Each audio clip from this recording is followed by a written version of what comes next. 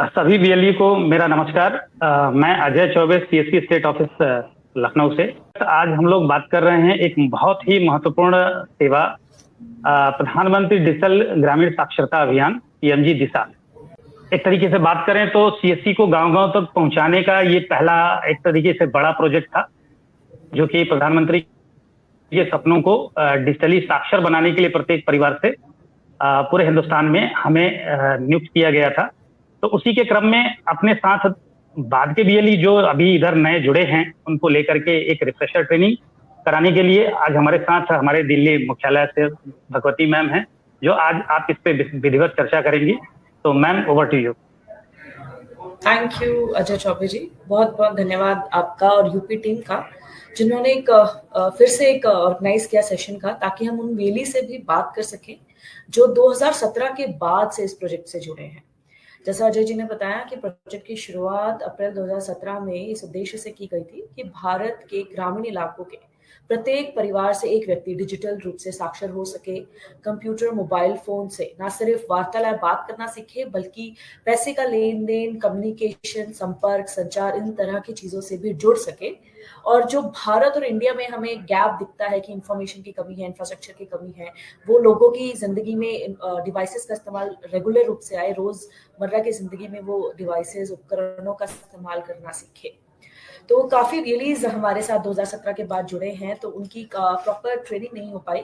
उम्मीद है कि सेशन से आपके जितने भी सवाल हैं, क्या सही तरीका है पीएमजी दिशा प्रोजेक्ट में काम करने का, किन बातों का क्या ध्यान रखना है, किन बातों से दूर रहना है, कौन सी हरकतें, कौन सी चीजों पीएमजी दिशा में नहीं करनी, ताकि प्रोजेक्ट सुचारू रूप से चलते रहे और आपकी भी जो पेमेंट है वो नियमित महीना रूप से आपके हर महीने बैंक में आती रहे।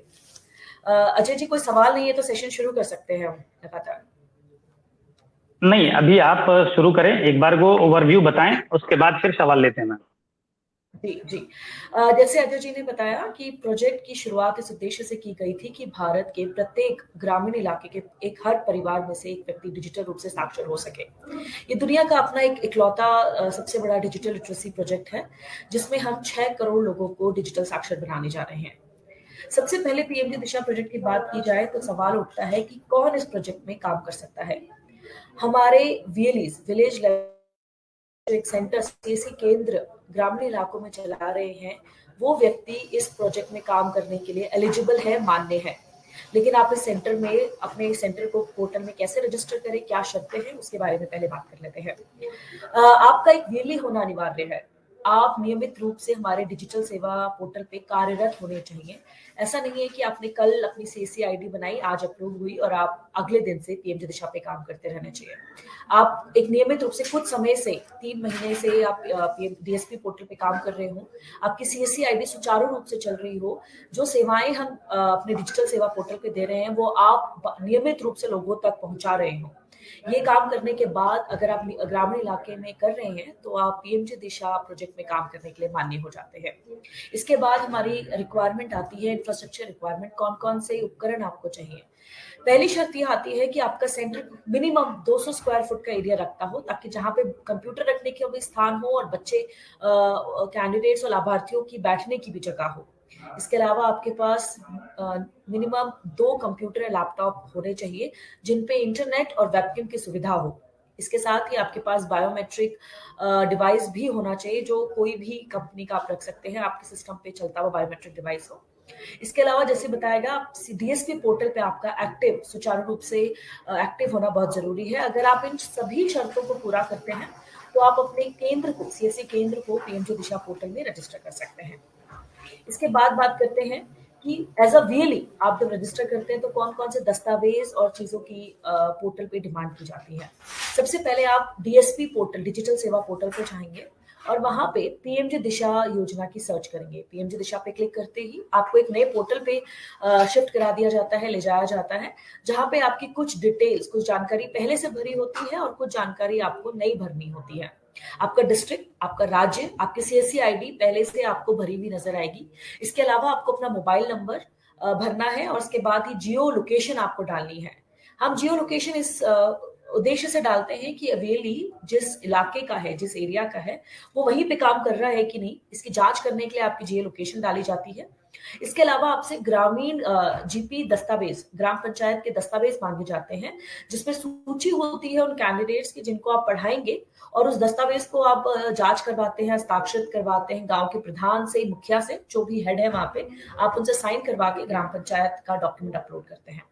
इसके बाद एक एफिडेविट है जिसे डाउनलोड करके आप ये सुनिश्चित करते हैं, हमें हस्ताक्षर करके ये लिखते हैं कि पीएमजे दिशा पोर्टल में आप कोई गलत काम नहीं करेंगे। अगर कोई सीएससी सेंटर गलत काम करते हुए पाया जाएगा तो हम आपके खिलाफ एक्शन ले सकते हैं। इसके अलावा एड्रेस प्रूफ, इन तीनों दस्तावेजों को आप अपलोड करते हैं।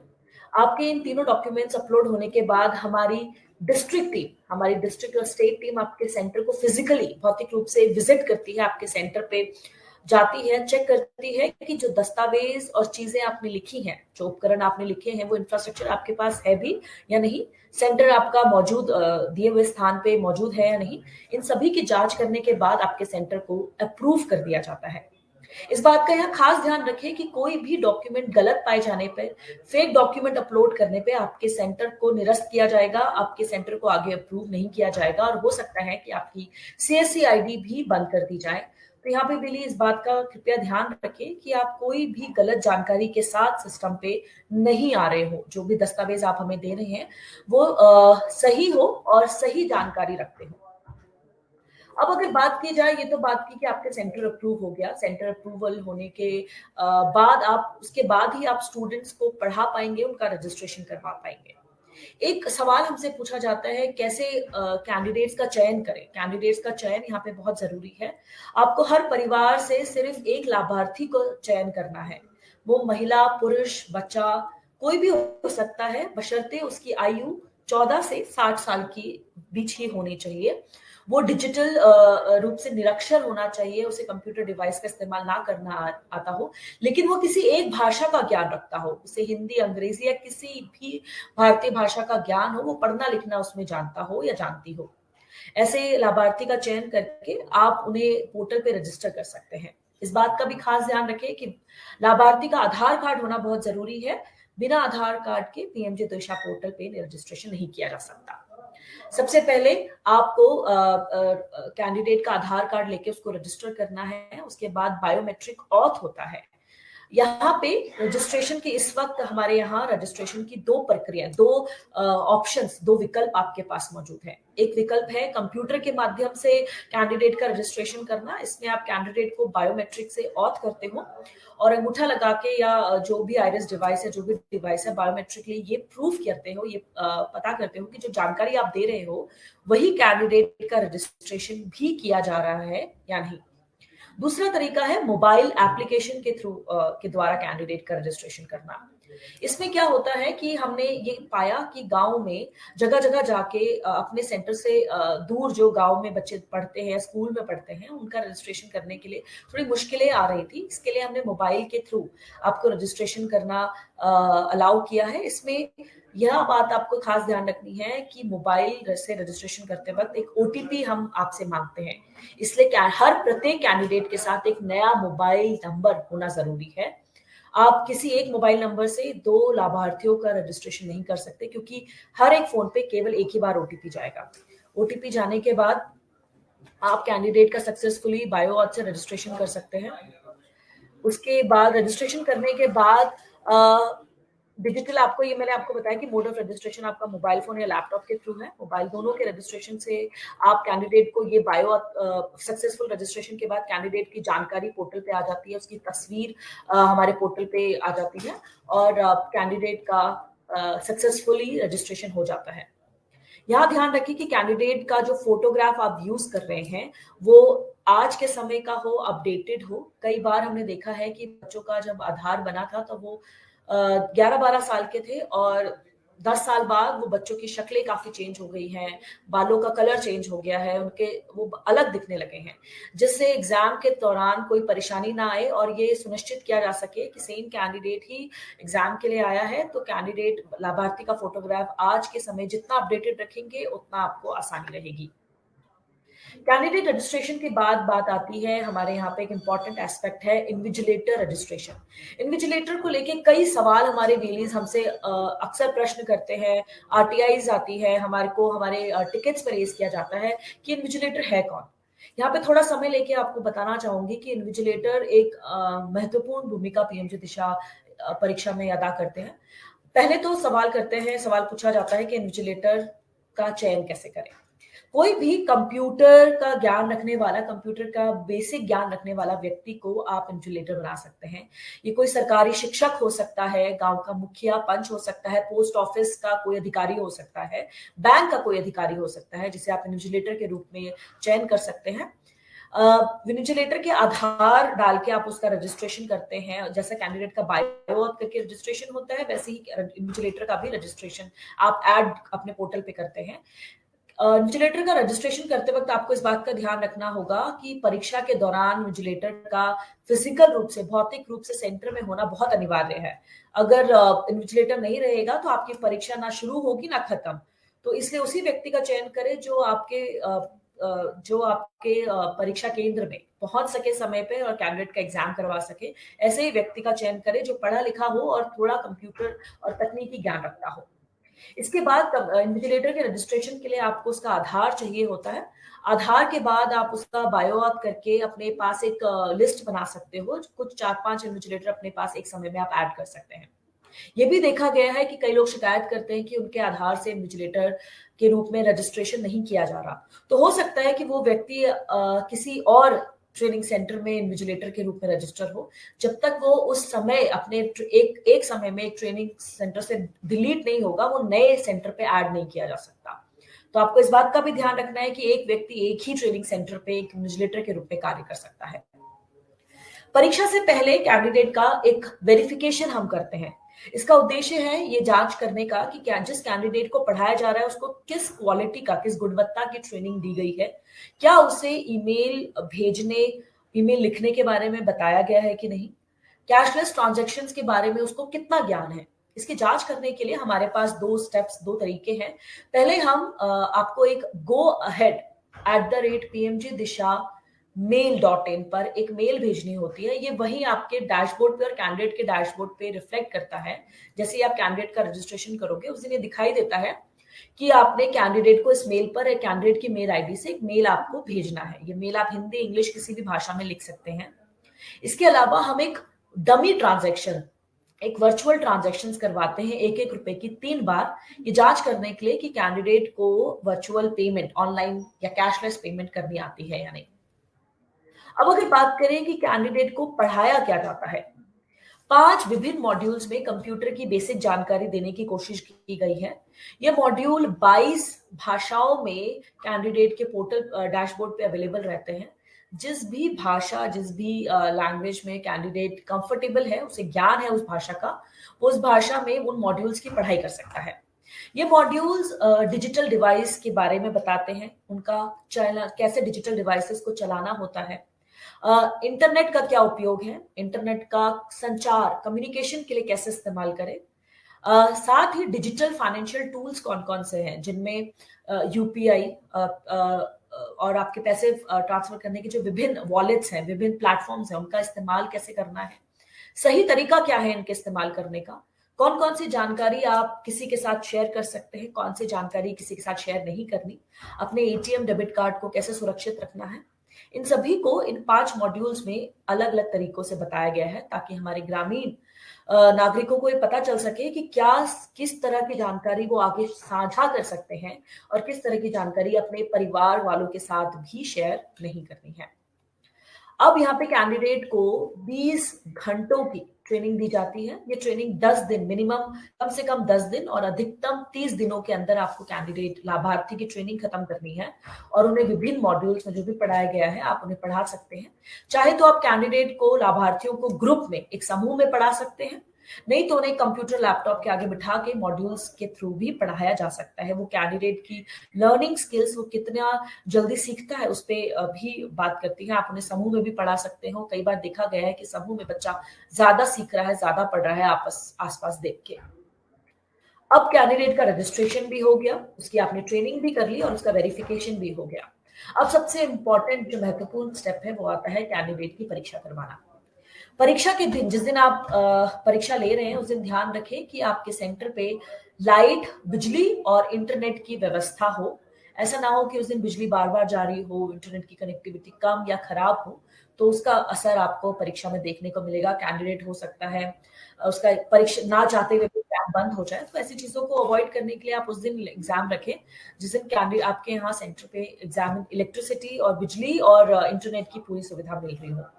इसके अलावा आपको बायो ऑथ के थ्रू सबसे पहले कैंडिडेट और इन्विजिलेटर को बायो ऑथ करना होता है। ये सुनिश्चित करने के लिए ही कि जिस कैंडिडेट का आपने रजिस्ट्रेशन किया है वही परीक्षा देने आया है कि नहीं। आपको कैंडिडेट से डिमांड करनी है कि वो अपना आधार कार्ड या कोई भी पहचान पत्र उस दिन अपने साथ एग्जाम के दौरान, परीक्षा के दौरान लेके आए। और जैसे ही एग्जाम शुरू होता है, आप बायो ऑथ करने के बाद आपकी स्क्रीन में कैंडिडेट का फोटोग्राफ और कैंडिडेट की पहचान पत्र की फोटो की मांग की जाती है। इस समय आपको ये ध्यान रखना है कि कैंडिडेट का फोटो बिल्कुल साफ हो और जो पहचान पत्र की फोटो आप लिख रहे हो उसमें लिखे हुए अक्षर साफ स्क्रीन पे दिखाई दे रहे हो। लाइट की व्यवस्था ऐसी हो कि शक्ल देख पा रहे हो और पहचान पत्र पे लिखा हुआ टेक्स्ट भी स्क्रीन पे पढ़ा जा पा रहा हो। कैंडिडेट की परीक्षा स्टार्ट होती है, आरंभ होती है, उसको 1 घंटे का समय दिया जाता है। उस 1 घंटे में उसे 25 मल्टीपल चॉइस क्वेश्चंस पूछे जाते हैं, जिसमें उसे एक सवाल के 4 जवाबों में से एक सही जवाब दिया जाता है। एक आखिरी का सवाल पूछा जाता है जिसमें हम लाभार्थी की टाइपिंग स्किल, उसे कितना टाइप करना आता है उसकी जांच की जाती है और 1 घंटे के भीतर इन सभी सवालों के जवाब उसे देने होते हैं।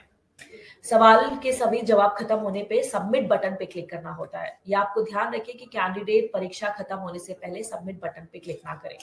सबमिट होते ही कैंडिडेट की परीक्षा समाप्त हो जाती है और उसको उसी के तुरंत डैशबोर्ड पे एक प्रोविजनल सर्टिफिकेट दे दिया जाता है, जिसमें लिखा जाता है कि इस दिनांक को कैंडिडेट पीएमजी दिशा परीक्षा के लिए बैठा था और सक्सेसफुली पास कर गया है। 45 दिन के भीतर आप जिस एग्जाम एजेंसी से हमें अपना सर्टिफिकेट कहाँ से लूं, ट्रेनिंग सेंटर तो 2 साल पहले बंद हो गया या नहीं मिल रहा, तो मैं अपना सर्टिफिकेट कहाँ से लिया जा सकता है। तो यहाँ पे मैं उन सभी लाभार्थी और वीएलईज को बताना चाहूंगी कि अगर आपने पीएमजी दिशा की परीक्षा पास कर ली है तो आपके डिजी लॉकर में भी वो सर्टिफिकेट उपलब्ध है। आप अपने डिजी लॉकर में लॉग इन कीजिए और वहां पे आपको अपना पीएमजी दिशा का सर्टिफिकेट दिखाई दे जाएगा। एक चीज का बात यहाँ पे खास बात ध्यान रखें कि जब आप परीक्षा के लिए जा रहे होते हो, आपको अगर आपने गलत जानकारी दी है तो को वहां पे रोक दिया जाएगा। आपको बोला जाएगा कि सही जानकारी के साथ वापस आए। अगर 3 बार के बाद आपने दोबारा से 3 बार गलत जानकारी के साथ अपने एग्जाम में अपीयर हुए, उसके बाद आपको परीक्षा से ब्लॉक कर दिया जाता है, आपकी आईडी को निरस्त कर दिया जाता है। वो कैंडिडेट फिर कभी एग्जाम पे नहीं बैठ पाएगा। तो ऐसी स्थिति को अवॉइड करने के लिए, ऐसी आपके साथ स्थिति ना हो, तो ध्यान रखें कि कैंडिडेट का फोटोग्राफ साफ दिखता हो, उसका नाम, पता, डेट ऑफ बर्थ, जो भी पहचान पत्र में जानकारी दी गई हो वो साफ दिखाई दे रही हो। अब ये तो थी आपकी कैंडिडेट की पूरी जर्नी, जहां पे हमने उसका रजिस्ट्रेशन करवाया, उसकी ट्रेनिंग और परीक्षा करवाई। अब एक बात करते हैं कि पीएमजी दिशा स्कीम में जब आप पीएमजी दिशा में एज अ वीएलई काम कर रहे हैं तो क्या सही तरीका है पीएमजी दिशा में काम करने का और किन तरीकों को आपको अवॉइड करना है। सबसे पहले आपको बता दें कि www.pmjdisha.in ये हमारी ऑफिशियल वेबसाइट है। इसके अलावा हमारी कोई वेबसाइट नहीं है जहाँ पे हम काम करते हो। आपको सिर्फ www.pmjdisha.in पे ही विजिट करना है। यहीं से आपको आपका सेंट्रल लॉगिन और कैंडिडेट का लॉगिन होगा। ट्रेनिंग सेंटर को इन्विजिलेटर का चयन करते वक्त ये ध्यान रखें कि वो व्यक्ति फिजिकली रूप से आपकी परीक्षा के दिन आपके सेंटर पे मौजूद रहे। अगर कोई व्यक्ति आपने इन्विजिलेटर के रूप में चयन किया है वो नहीं आ सकते, तो आप किसी और इन्विजिलेटर का चयन करें, उनका रजिस्ट्रेशन करवाएं। बिना इन्विजिलेटर के आपकी परीक्षा, कैंडिडेट की परीक्षा आरंभ नहीं होगी। इन्विजिलेटर को कंप्यूटर का बेसिक ज्ञान होना चाहिए। वो कोई सरकारी शिक्षक, पोस्ट ऑफिस में काम करता हुआ व्यक्ति, बैंक में काम करता हुआ व्यक्ति या ग्राम पंचायत का सदस्य हो सकता है। अगर सवाल किया जाए, ये पूछा जाए कि पहचान पत्र के रूप में कौन कौन सी दस्तावेज इस वक्त मान्य है जो कैंडिडेट को एग्जाम के लिए अलाउ कर सकते हैं, उनमें आपका Aadhaar card, voter card, PAN card और बैंक पासबुक जिसमें लाभार्थी की तस्वीर साफ दिख रही हो और उसका नाम पता दिखता हो, ऐसे ये सभी दस्तावेज मान्य हैं। आप इन सभी चारों में से किसी भी एक दस्तावेज को दिखा के परीक्षा शुरू करवा सकते हैं।